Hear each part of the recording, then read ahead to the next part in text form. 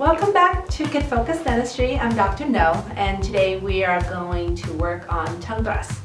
So one of the biggest difficulty with tongue thrusts is that the kids tend to be really good in therapy because their tongues actually have great strength and most of the time great range of motion. However, they do it so subconsciously that our struggle is how do we slowly remind them to break the habit by converting something that's subconscious to conscious. So that brings us to the first step of to help correct the tongue thrust habit is the frequency of exercise. So first of all, we really want you to do at least 2 minutes a day on that exercise with your child, or at least remind your child to make sure that they are doing having their tongue on the spot for at least 2 minutes a day. It is very important to do this daily. The reason why is that if you do it daily, then the muscle memory and the conscious memory is going to start building upon each other day after day. If you do it only, let's say every 2 or 3 days, and you double amount of time that you're working on it, it's still not as effective as doing it daily. The reason why is it takes a while for your kids to kind of even remember the exercise where the tongue should be. So you're going to waste a lot of time and you're going to do a lot of reset back again.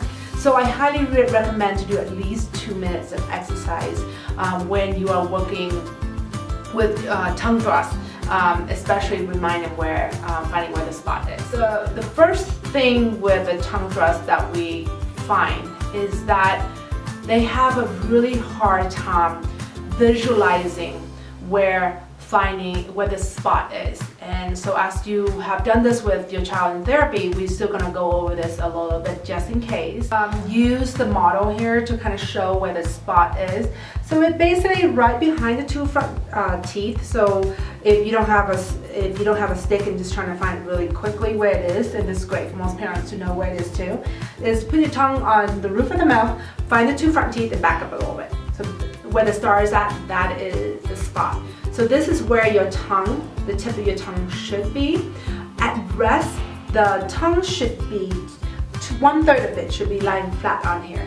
And the best way to do that is to follow the fat tongue right after the tongue pop. So part of the therapy that you most likely you have seen when your child is doing it, we ask them to do the tongue pop. So when they do that tongue pop, at least 1/3 of the tongue is going to hold the roof of that mouth. So after you do the tongue pop for about 5 pop, you're going to ask them to hold it there and close the mouth. That's basically the resting tongue on the spot, the fat tongue on the spot. And this is where we're working toward. This is basically if your kid have break the tongue thrust, and where we want the tongue at rest is basically the fat tongue on the spot with the teeth close together. And that's all we want to do. It sounds really simple, but it is not. So the first thing that we need to do, especially with the tongue thruster, is that to have them find the spot in front of the mirror. So I always, especially with the tongue thruster, because they can't visualize it and they don't do it very consciously knowing where the tongue is, what I would love to do is in the morning, right after they brush their teeth, they need to find the spot in front of the mirror. And that is setting the intention for the day where the tip of the tongue should be. So they put it on there. Now they look in the mirror, they visualize where that is, and then they go for the rest of the day with that thought in their mind. So that's a really good way to start the day. The other way that we like to do too is to do, the moment you get into the car, we give you these candy. Have them put it on the spot. So first off, they find where the spot is, put that candy on there, and hold it on there for 2 minutes. So I like to do this in the car with my kids with their favorite music.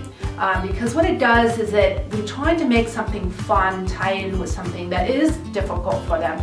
So it helps the process to be not as difficult, they don't overly think it. Because sometimes with the tongue thruster, when they overly think it, they start moving that candy around. So So we want them just to hold it there, not too much force, but basically keep it there so then they learn to swallow, keeping their tongue on that spot on there. So every time that they go into the car is a nice way to remind them that where the tongue should be. The other things is when you do a lot of these exercises with your kids, like tongue pop, fat tongue on the spot, skinny tongue on the spot, what you want to do is ask them to do it slowly. It's very important to do exercises with intentions, because when you do it with intention, your brain will get activated and understand the muscle movement and understand what trying to create muscle memory. If you do it too fast, then you will never break it down slow enough where your brain is converting that to like, okay, this is a new habit where I need to move my tongue this way. So just like riding a bike, when they first get on the bike, everything is a slow motion. And then when they do it often enough, then they can just ride very comfortably without even thinking where the foot should be in the pedal.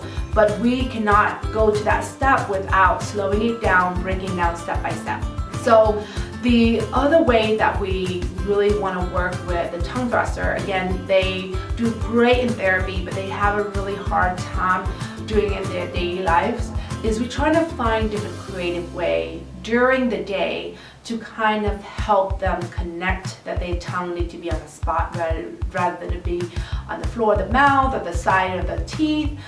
So we find that in order to create any habit, if you tie it to another existing habit that they are doing, especially something funny, something weird, a lot of time they will be much better to connect that. So one of the things that I do with my children is I actually have them get the sticky note and draw a symbol that will remind them where the tongue on the spot should be.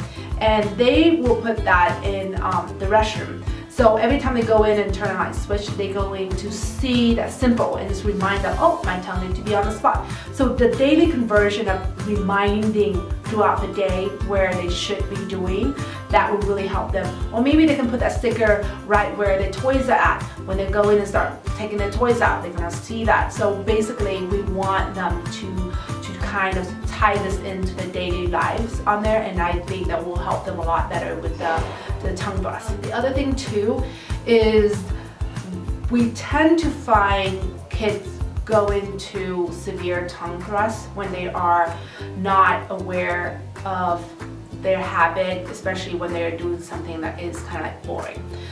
So like watching TV, driving in the car. So, of course, tongue thrusts come in all different degree of severity of the habit. So the one that is really severe, this is when we tend to see that they are doing it the most. So we would like to ask you that if you plan to do a long car trip, if your kid is sitting down and watching TV or doing something that they are basically mindless repetitions, have them wear their Maya brace. This is when you're really going to help them, because again, when they wear that Maya brace, just remind them to not push their tongue forward. They convert in the muscle memory to say, oh, this is how my tongue should be while I'm doing something that is, I'm not thinking about it. So that's a great way to incorporate it in to help with the one that have a little bit more severe tongue thrust. So I hope these little ideas and tricks helps you guys with your child tongue thrust habit. And again, this is a supplement video to the therapy that we already did at the office. But if you have any question or any concern, please give us a call at 303-543-8338. And thank you and have a great day.